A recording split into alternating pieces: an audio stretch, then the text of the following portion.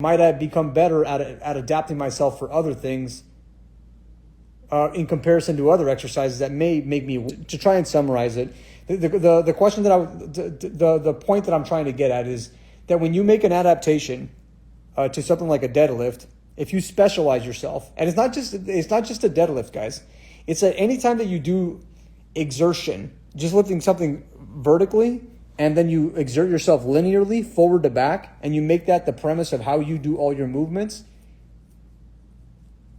you're going to get good at that.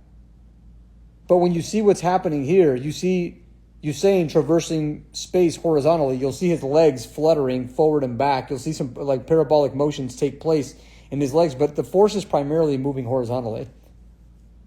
In fact, the horizontal force is what creates the vertical lift.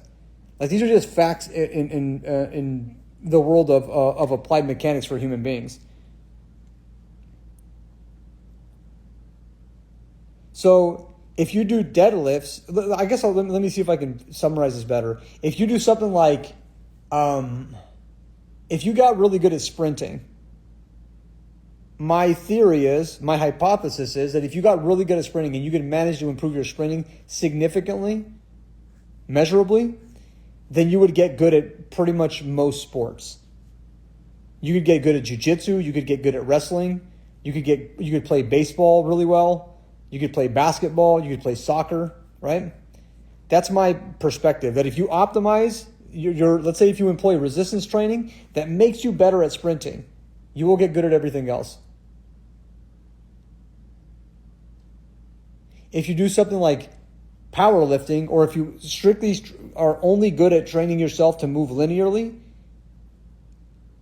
then that means that you're going to get really bad at everything that's nonlinear.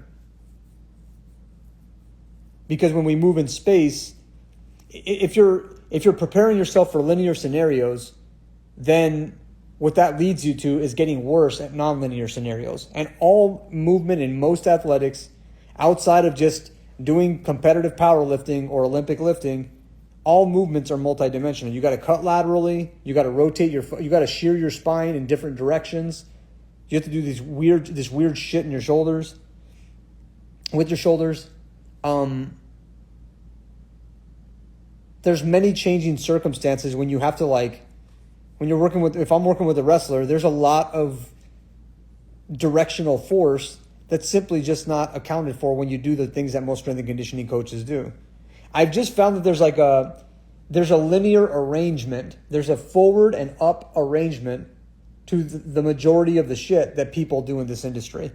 And it doesn't apply to, it doesn't prepare athletes for the scenarios, and it doesn't prepare people in general. Forget the athletes, but it doesn't prepare people in general for these scenarios in reality. And this is what I've seen for the longest time, and I've adjusted accordingly.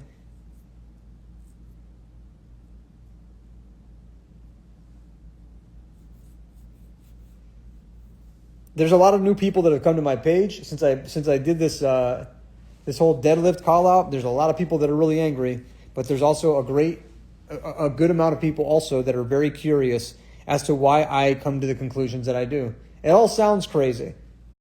It all sounds